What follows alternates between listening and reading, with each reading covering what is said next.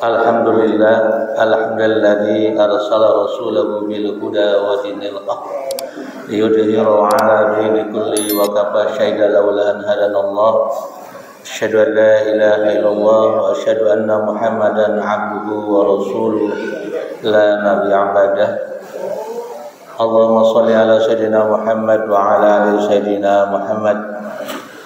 Qala Allah Ta'ala fil Qur'anil Karim, Bismillahirrahmanirrahim. Iqra bismi rabbikal ladzi khalaq, khalaqal insana min 'alaq.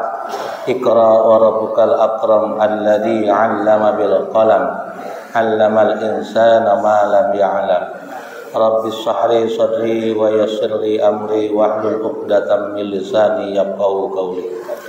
Hadirin jamaah salat subuh yang dirahmati Allah, sebagaimana ketentuan Allah bahwa manusia adalah makhluk yang mulia, kemuliaannya tercermin dari akal.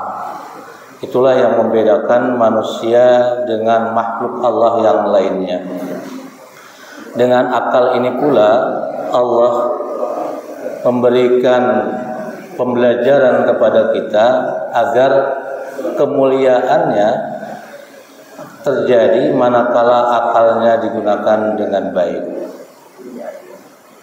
Ketika Allah memerintahkan kita, wa ma khalaqtul jinna wal insa liya'budun, bahwa Allah menciptakan manusia untuk beribadah, maka ibadah seperti apa yang harus dilakukan? Maka akal yang akan berfungsi melalui tadi bagaimana kita mengetahui sesuatu. Mengetahui sesuatu adalah, dalam bahasa ini adalah ilmu. Maka ilmu itu penting. Manusia akan mengetahui sesuatu karena ilmu. Maka ayat yang pertama tadi ketika Iqra adalah cara untuk mendapatkan ilmu adalah dengan membaca.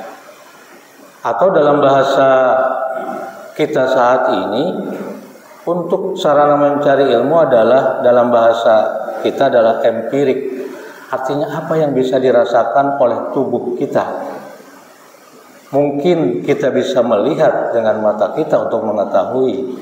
Mungkin kita bisa mengetahui sesuatu dengan rasa tubuh kita, mungkin ada sakit atau sebagainya. Mungkin pula untuk mengetahui sesuatu karena mendengar. Oleh karena itu penting kita mengetahui tentang ilmu. Apa itu ilmu? Ilmu adalah sebuah cara yang sistematis dan struktur untuk mengetahui sesuatu. Ketika kita ingin mengetahui sesuatu dalam bahasa ilmu ada dua, ilmu nakli dan ilmu akli. Sumbernya nakli adalah bersumber dari Al-Quran ataupun hadis. Akli sumbernya adalah akal kita, penggunaan akal kita. Ketika Allah tadi memerintahkan kita untuk beribadah, maka sumber untuk ibadah itu adalah Al-Quran. Maka ilmu untuk mengetahui Al-Quran yang pertama ya tentunya ilmu membaca, ingin mengetahui. Banyak metode untuk mengetahui atau membaca Al-Quran, atau mungkin metode Iqra dan sebagainya. Ketika kita sudah mampu membaca, maka kita ingin tahu isinya seperti apa. Maka ada ilmu tafsir dan sebagainya. Nah, oleh karena itu penting kita untuk mengetahui bagaimana ilmu itu berperan.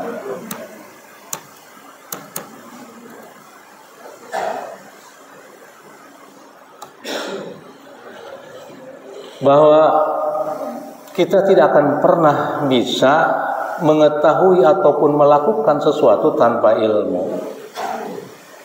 Banyak hal yang bisa dilakukan dengan ilmu. Dulu mungkin ketika kita perjalanan haji ataupun umrah membutuhkan waktu berbulan-bulan. Tapi sampai saat ini waktu dengan mudah bisa ditempuh karena sebuah ilmu. Maka ilmu itu penting. Maka ilmu itu sesuatu yang dapat meningkatkan derajat kita, sesuatu yang dapat juga meningkatkan kita terkait ketakwaan kita. Karena tanpa ilmu mungkin kita tidak akan bisa mendekati pada ketakwaan. Tanpa ilmu pula mungkin ibadah kita tidak diterima oleh Allah. Ataupun dengan ilmu ibadah kita bisa diterima dengan Allah. Maka moto yang harus kita lakukan adalah tidak ada yang bisa dilakukan tanpa ilmu.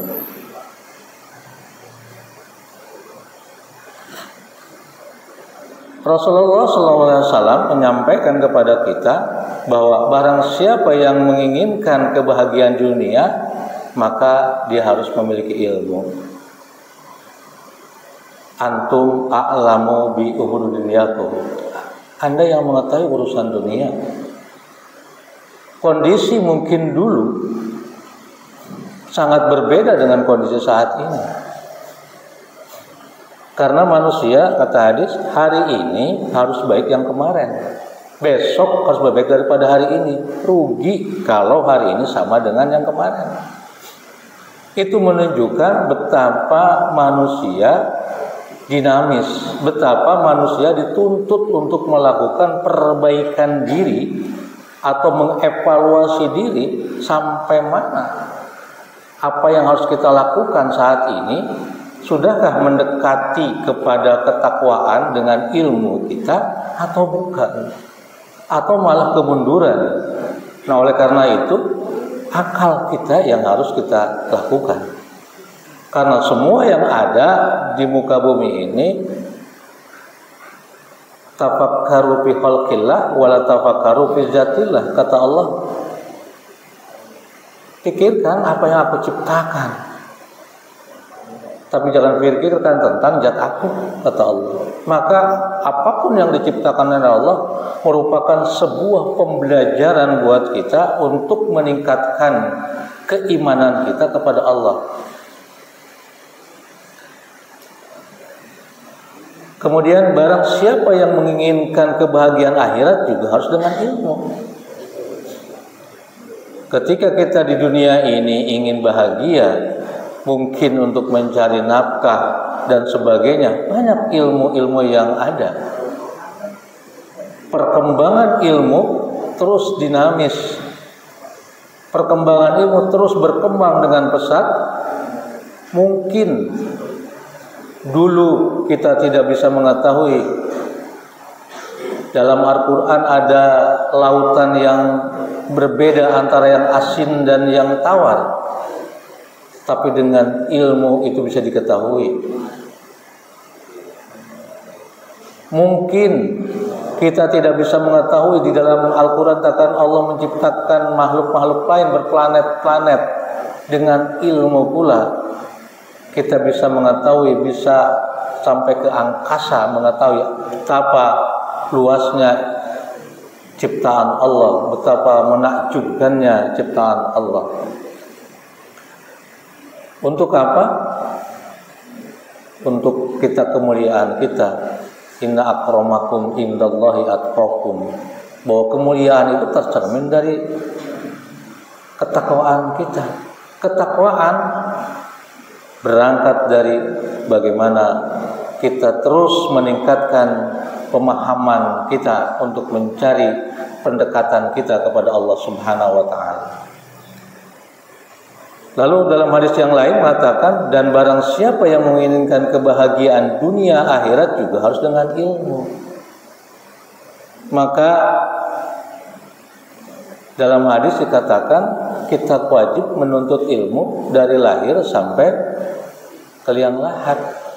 Artinya tidak ada jeda untuk kita tanpa mencari ilmu. Yang tidak boleh adalah taklid. Artinya samina wa atona tanpa menggunakan akal kita. Ketika kita samina wa atona sesuai dengan akal kita, sesuai dengan tuntunan, maka samina wa atona. Tapi ketika tidak sesuai dengan tuntunan, apalagi dengan akal, maka wajib kita ketahui, kita cari seperti apa yang harus kita ketahui. Pertanyaannya, mengapa harus dengan ilmu? Cukup tadi kita samina wa atona, apa yang kita dengar, apa yang kita lihat, kita lakukan. Tadi kemuliaan kita tercermin dari akal kita. Semakin intensif kita menggunakan akal kita, semakin mungkin bijak kita. Kenapa? Ketika ada sesuatu kita tanyakan, ketika ada sesuatu yang kita tidak ketahui, kita cari referensi atau literatur yang lain, sehingga memberikan sarana buat kita untuk mengetahui sesuatu. Karena suatu perbuatan untuk bisa menjadi amal soleh atau amal ibadah, baik ibadah mahdoh maupun ghairu mahdoh, manakala dilakukan dengan cara yang baik dan benar, juga dilakukan dengan niat yang baik, cara yang baik dan benar pula. Mungkin ibadah kita lakukan dengan luar biasa, tapi tidak benar atau benar. Ada orang mungkin bahwa Allah memberikan kenikmatan yang luar biasa kepada kita, maka saya ingin mengabdikan diri pada kita, maka sholat subuh misalnya 3 rakaat. Sholat subuh 3 rakaat, ya itu tidak benar, tuntunannya salah. Kita lakukan itu terus menerus, maka tidak akan jadi nilai ibadah.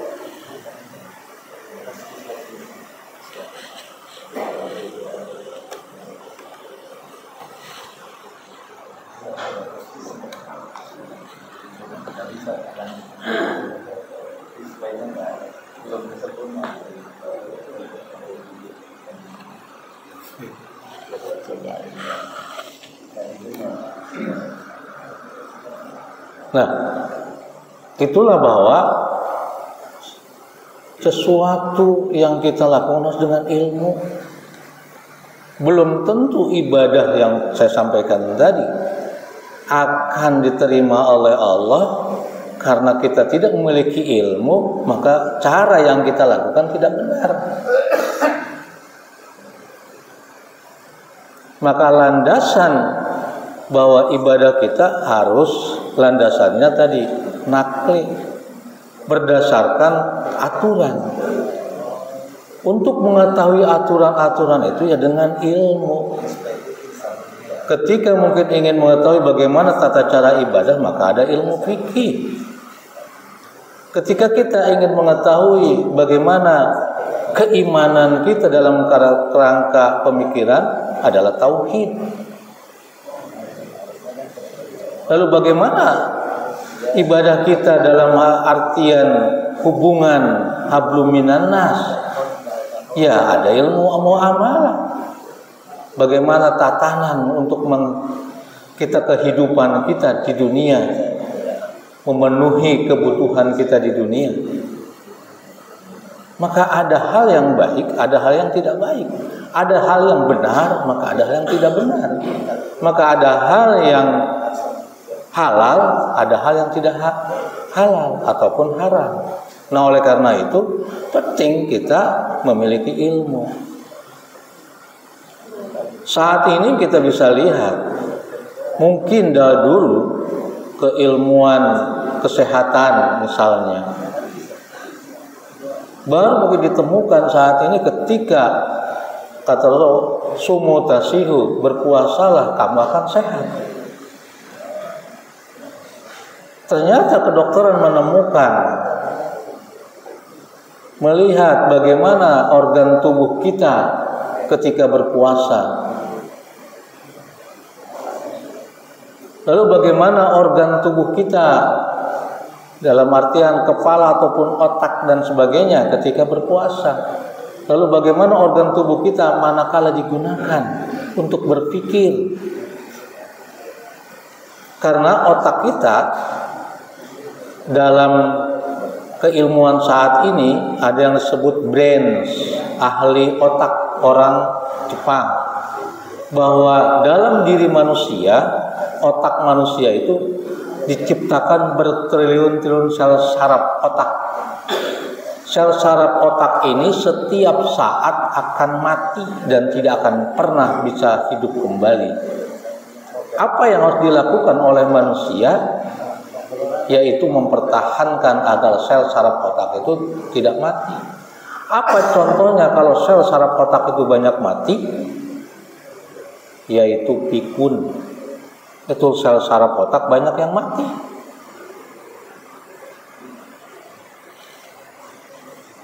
Ternyata ketika diteliti orang-orang yang luar biasa konektivitas otaknya, akalnya, yaitu orang yang hafid Quran, sel saraf otaknya tidak mati. Artinya bahwa akal kita dipergunakan dengan baik, Allah memberikan sebuah kemuliaan, tidak pikun. Maka sangat penting tadi bahwa orang-orang yang sel saraf otaknya selalu hidup, yaitu tadi hafiz, atau orang yang banyak membaca. Membaca apa saja, lebih-lebih membaca Al-Quran. Maka tidak heran Masjid As-Salam mengajak kita semua untuk selalu meningkatkan pemahaman kita terhadap Al-Quran, minimal membacanya. Lalu bagaimana kedudukan orang yang berilmu? Tadi kenapa harus ilmu? Karena sesuatu yang kita lakukan harus benar, harus sesuai. Maka dalam Al-Quran, ya yarfa'illahu alladziina amanu minkum walladziina utul ilma darajat wallahu bima ta'maluna khabir. Artinya Allah akan meninggikan orang-orang yang beriman di antara kamu dan orang-orang yang diberi ilmu pengetahuan beberapa derajat. Artinya ilmu. Dalam pandangan manusia, orang yang akan diberikan mungkin penghormatan di dunia ini ada beberapa faktor. Yang faktor pertama adalah ilmu. Orang yang berilmu akan dihargai, akan dihormati, mungkin juga akan ditaati. Ilmu apa? Ilmu apa saja. Lebih-lebih mungkin ilmu terkait tentang keagamaan yang membawa kita kepada pendekatan diri kita kepada Allah Subhanahu wa taala. Ilmu yang tidak baik, mohon maaf, mungkin ilmu pencopet akan dihargai di kalangan pencopet. Ilmu terkait tentang bagaimana dunia mengelola dunia dalam artian tentang ekonomi, maka ahli ekonomi yang akan mungkin dihargai. Lagi-lagi bahwa ilmu berperan penting dalam kehidupan kita, memberikan kemudahan kepada kita. Kemudian pandangan manusia akan dihargai yang kedua karena pangkat ataupun jabatan. Orang yang memiliki pangkat atau jabatan akan dihargai. Yang ketiga, orang yang memiliki harta akan dihargai. Maka ketika kita ingin memiliki penghargaan yang lain, mungkin ingin dihargai secara pangkat, mungkin ingin dihargai secara harta, maka kuncinya adalah ilmu. Maka dengan ilmu, pangkat mungkin bisa kita kejar, dunia mungkin kita bisa raih, karena semua dengan ilmu. Nah, oleh karena itu penting buat kita untuk terus meningkatkan pemahaman kita, pengetahuan kita tentang sesuatu. Lebih-lebih tentang sesuatu itu yang akan membawa kita pada pendekatan diri kita, peningkatan ibadah kita kepada Allah Subhanahu wa taala. Betapa orang yang berilmu luar biasa saat ini. Tadi mungkin dulu kita transportasi menggunakan hewan, mungkin ada kuda ataupun yang lainnya. Sekarang sudah diciptakan begitu cepatnya. Ada orang dia sambil tiduran mungkin bisa sampai, maka diciptakan kendaraan. motor, mobil, dan sebagainya. Lebih-lebih pesawat misalnya.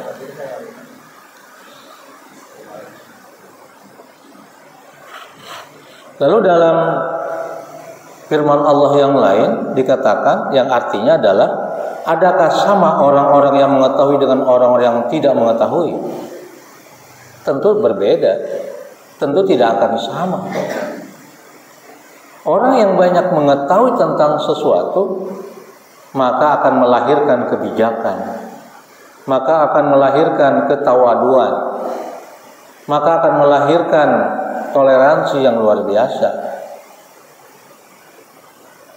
Sesungguhnya orang yang berakalah yang dapat menerima pelajaran.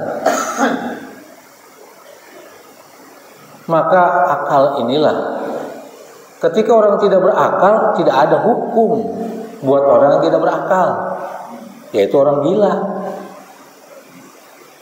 Maka tidak ada hukum baginya, karena akalnya sudah tidak ada.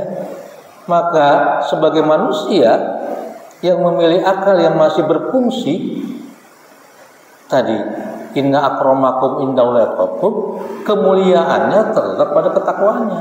Ketakwaan bisa kita raih dengan menggunakan akal kita. Penggunaan akal ini adalah bagaimana kita mengetahui, bagaimana kita belajar untuk mengetahui sesuatu.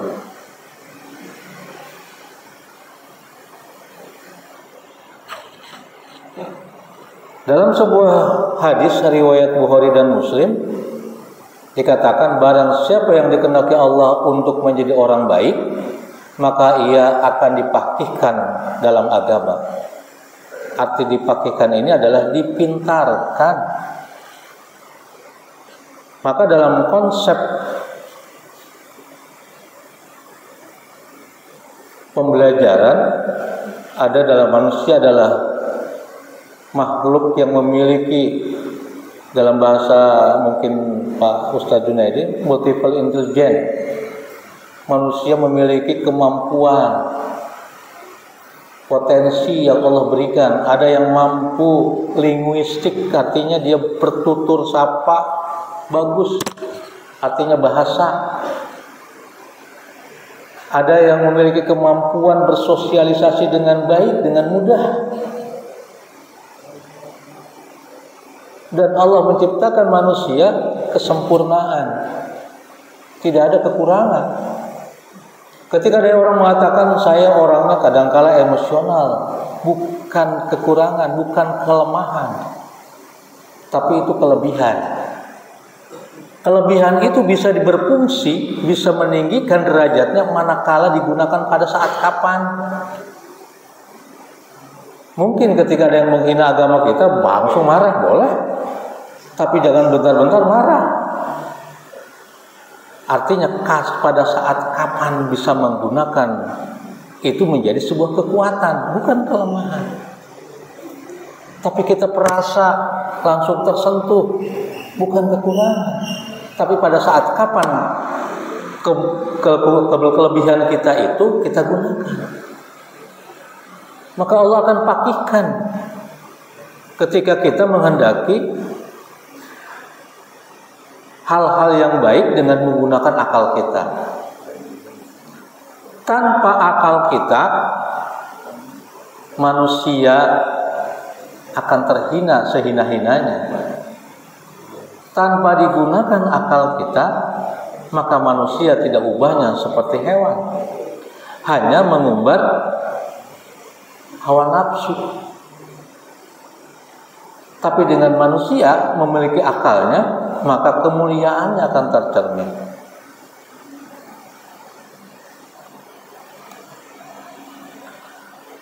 Lalu bagaimana ketika kita ingin menuntut ilmu atau ingin mengetahui sesuatu? Ada beberapa hal yang harus kita pahami, ada beberapa hal yang harus kita ikuti, ada nilai-nilai ataupun etika yang harus kita ketahui. Bagaimana agar ilmu yang kita ketahui itu bermanfaat untuk pendekatan diri kita, atau hablum minallah dan hablum minannas. Yang pertama tentunya yang harus kita ikuti nilai-nilai itu adalah niat. Awal yang utama adalah niat. Apa sih niat itu? Niat itu melakukan suatu perbuatan dengan kesadaran penuh sepanjang perbuatan itu berlangsung. Niat itu bukan hanya di awal perbuatan. Dan niat itu bukan hanya sekedar diucapkan atau dibaca. Niat itu merupakan penggabungan seluruh potensi tadi ucapan, kemudian masuk pada pikiran dan masuk pada hati. Maka apabila hal itu sudah kita lakukan, maka niat kita sudah benar. Dan niat itu akan menjadi sesuatu yang menjadi terus menerus,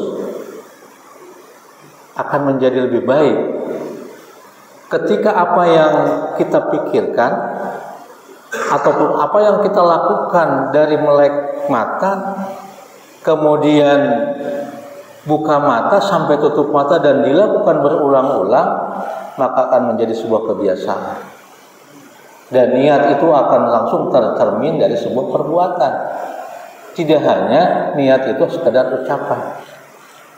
Betul, ada yang menyampaikan bahwa dengan niatnya saja sudah baik. Ya, apalagi niat itu dibarengi dengan perbuatan.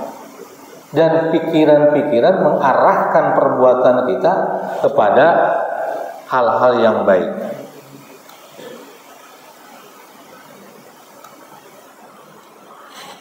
Dengan kata lain bahwa niat itu yang ada dalam diri manusia merupakan penggabungan potensi intelligent question, emotional question, dan spiritual question. Artinya bahwa kesadaran pikiran kita, kemudian kita tindak lanjuti dengan perbuatan, dan pendekatannya adalah agama. Nah, ketika tiga potensi itu kita gabungkan menjadi sebuah perbuatan yang terus kita lakukan untuk pendekatan diri kepada Allah Subhanahu wa taala, sehingga kita menjadi tentunya makhluk-makhluk yang ihsan. Tentunya perbuatan kita sesuai dengan tuntunan yang menjadi pahala buat kita. Karena tadi banyak yang kita lakukan belum tentu menjadi pahala karena berangkat dari niat. Berangkat dari niat, kemudian apa yang diucapkan, apa yang dipikirkan dan dilakukan tentunya tadi tidak sesuai dengan tuntunan.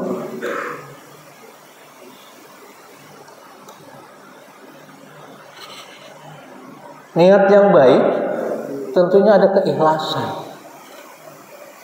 Kita ikhlas sebagai manusia untuk mengabdikan diri kita kepada Allah. Dan ketika kita ibadah bukan karena riya, tapi semata-mata betul karena kita menginginkan kebaikan buat kita sesuai dengan Allah perintahkan kepada kita. Sebagai contoh bahwa jangan sampai perbuatan kita mendekatkan kepada riya. Fawailul lil musallin alladzina hum an salatihim sahun alladzina hum yura'un wa yamna'unal ma'un. Maka celakalah orang yang sholat tapi karena kita pendekatannya riya, ingin dilihat, ingin dikatakan sebagai makhluk Allah yang mungkin nilai ibadahnya baik nilai ibadah dalam kerangka ubudiyah maupun ibadah yang lain, sehingga mungkin orang bisa melihat ini adalah tawadu. Padahal belum tentu kata Allah kalau barengan niatnya ingin dilihat seperti itu.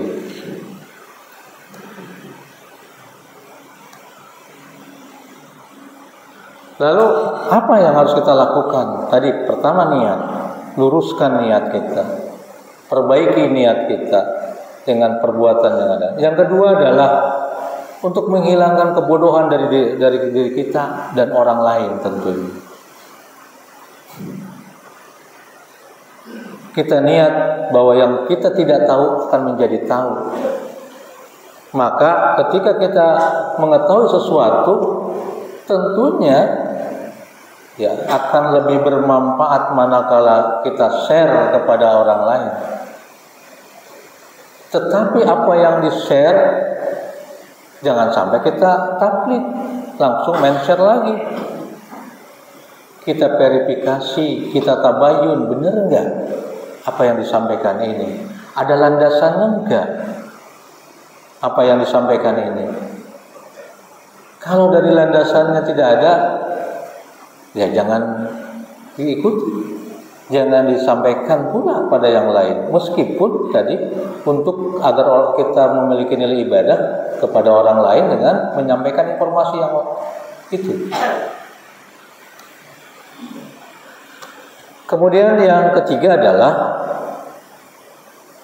berniat dalam menuntut ilmu untuk membela kebenaran, menyampaikan kebenaran. Balighu ani walau kana ayat. Sampaikan meskipun satu ayat dalam kerangka itu pahit misalnya. Dan mungkin bisa saja itu akan bisa menimbulkan perselisihan mungkin. Karena dalam diri manusia ketika dia melakukan kesalahan, kita perbaiki dengan cara yang tidak baik, maka dia akan berontak. Meskipun anak kita sendiri kita tunjuk, kamu salah segala macamnya, anak belum tentu menerima. Maka ada hal-hal yang baik. Dalam Al-Quran dikatakan bahwa sampaikan dengan cara-cara yang baik. Maka dakwah pun penyampaian untuk meningkatkan keilmuan kita kepada orang lain, maka harus disampaikan dengan cara-cara yang baik. Apabila cara yang baik, tentunya meskipun orang belum tentu menerima, tapi tidak ada ketersinggungan. Lalu etika yang selanjutnya adalah lapang dada dalam menerima perbedaan pendapat. Karena ketika kita mengetahui sesuatu, banyak faktor yang menyebabkan terjadinya perbedaan pendapat. Ketika kita menyampaikan sesuatu, karena landasan kita adalah ataupun latar belakang kita keilmuannya misalnya dalam ibadah, ketika dia menyampaikan, oh ini nggak boleh, ini bid'ah misalnya, yang lain mengatakan tidak, sudut pandang yang berbeda, latar belakang yang berbeda, guru yang berbeda. Tetapi semakin banyak apa yang kita gali, yang kita tingkatkan keilmuan kita untuk mengerti sesuatu, maka semakin bijak kita. Maka referensinya adalah lebih banyak. Ketika dalam sebuah cerita disampaikan kepada orang buta untuk mengetes, coba ada 3 orang buta, yang satu ditaruh di pinggir, yang 2 ditaruh di pinggir atau kiri kanan, yang satu taruh di depan. Bagaimana rupa gajah? Bagaimana bentuk gajah? Oh, kata dia panjang, gede. Yang satu lagi karena pegang badannya, yang satu lagi kecil karena dia pegang kakinya. Yang satu lagi kecil, ternyata dia pegang belalainya. Sudut pandang itu akan membuat perbedaan. Tapi betul itu gajah, betul bagian dari gajah, bukan secara keseluruhan itu gajah. Maka ketika kita ingin tahu, kok masa gajah seperti ini, kita gabungkan dari 3 pendapat itu, maka perlu pendapat yang lain sehingga kita komprehensif, artinya menyeluruh apa yang kita ketahui terkait tentang gajah tersebut. Kemudian yang kelima adalah mengamalkan ilmu yang telah kita dapatkan. Dengan ilmu ini pula akan meningkatkan derajat kita. Contoh mungkin sampai saat ini betapa orang yang berilmu itu pahalanya luar biasa mengalir. Ketika mungkin kita bermadhab, bagaimana pendapat Imam Syafi'i yang kita pakai jutaan orang yang pakai pendapatnya, luar biasa keilmuannya. Jangan jauh-jauh lah. Mungkin Wali Songo kita lihat didatangi banyak orang, artinya orang yang mati bisa menghidupi orang yang hidup. Ketika banyak yang jarah, maka penduduk membuat, karena mungkin penjual makanan dan sebagainya. Bukankah itu adalah orang yang mati menghidupi orang yang hidup? Kalau tidak ada orang yang alim di situ, dikubur di situ, mungkin tidak ada yang menjarahinya. Tapi dengan banyak yang menjarahi, maka bisa menghidupkan orang itu. Mungkin itu beberapa hal yang harus kita pahami, bahwa niat yang terpenting. Dan hal yang tadi yang saya sampaikan merupakan bagian dari upaya kita bagaimana keilmuan yang ada untuk meningkatkan diri kita, mendekati kepada Allah, sehingga la in syakartum la azidannakum wa la in kafartum inna adabil syadid. Syukur kita yang akan tercermin, yang mendekatkan, maka Allah akan tambah nikmat yang Allah berikan. Bukan berarti keilmuan itu adalah akan meningkatkan kekayaan ataupun yang lain, tapi tujuan dari meningkatkan keilmuan kita adalah semata-mata ingin mendekatkan diri kita kepada Allah. Dan setelah mendekatkan diri kepada Allah, tentunya kita harap kebahagiaan kita di akhirat nanti yang akan kita pertanggungjawabkan. Mungkin itu beberapa hal yang dapat sampaikan. Mohon maaf atas segala kekurangannya. Kami kembalikan kepada pembawa acara. Pada jamaah